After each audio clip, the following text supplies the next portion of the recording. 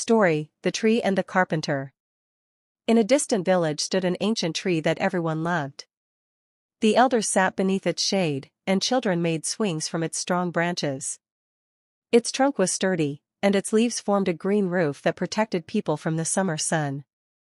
One day, a stranger came to the village, a skilled and famous carpenter.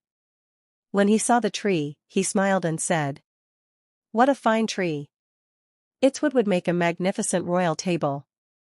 If I cut it down, I could become rich." The villagers protested, but the carpenter replied, "You only see its shade. I see its hidden potential." He picked up his saw and began to cut.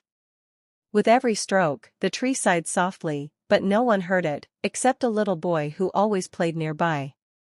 The boy said, "Sir, this tree is alive. Please don't cut it down." The carpenter smiled and said, "Sometimes, to build great things, we must take other things apart." The tree fell. Silence filled the village.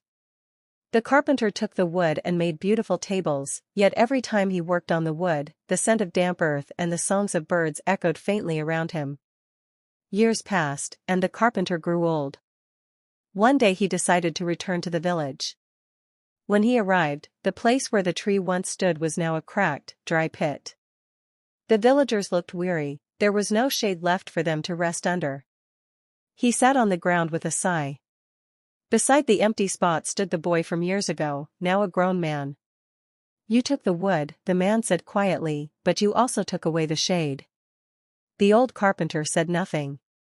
He took a small knife from his pocket, dug into the soil, and planted a seed. "Maybe I won't live to see it grow," he murmured, "but at least I'll leave behind something that gives comfort to others, not just profit to myself."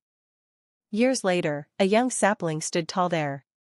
Its first shadow fell softly across the carpenter's grave, and then over a smiling child who played beneath it.